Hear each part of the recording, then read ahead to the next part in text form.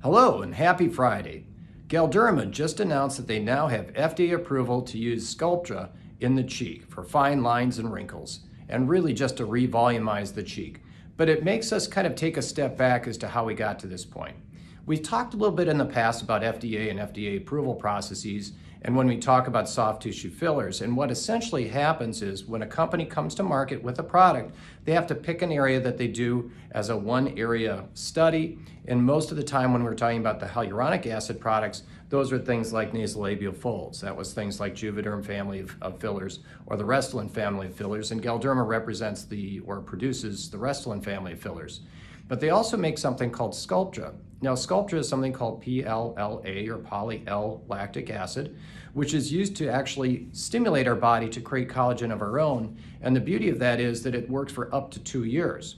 But what happened when they did their FDA approval process is they picked a very select patient population, and specifically this was the patients with what's called HIV lipodystrophy, so patients who had been treated with HIV drugs that had lost a lot of the volume in the face. And so as an initial study, that's where they've proved efficacy and superiority compared to other treatment modalities.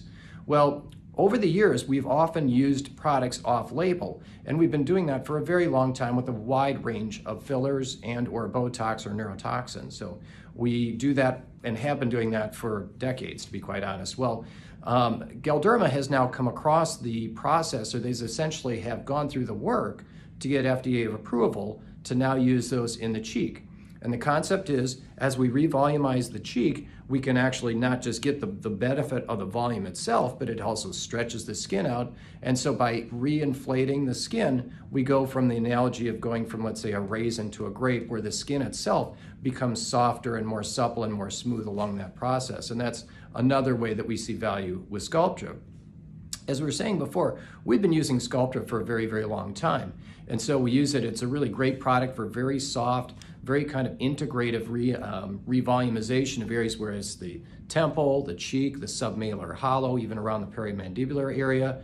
But it also can be used in other areas as well. We can use it in a more dilute fashion, for example, in necklines or even in the upper chest. And there's this fad out there right now of using it to get a little more of a Brazilian butt lift kind of a look, which I have to tell you, it takes a great deal of product. So I don't know if that's really kind of cost effective, but it is something that's also out there. So again, very safe, very effective. In fact, the study and the review at the time of submission had said that Galderma has thought that there's 95% of patients at 2 years still show volume when they talk about how this thing is holding up after placement. So anyway, if it's something that you're interested in, you might be wondering about why is it that you might see more advertising, and that's also part of the advertising process with the FDA approval.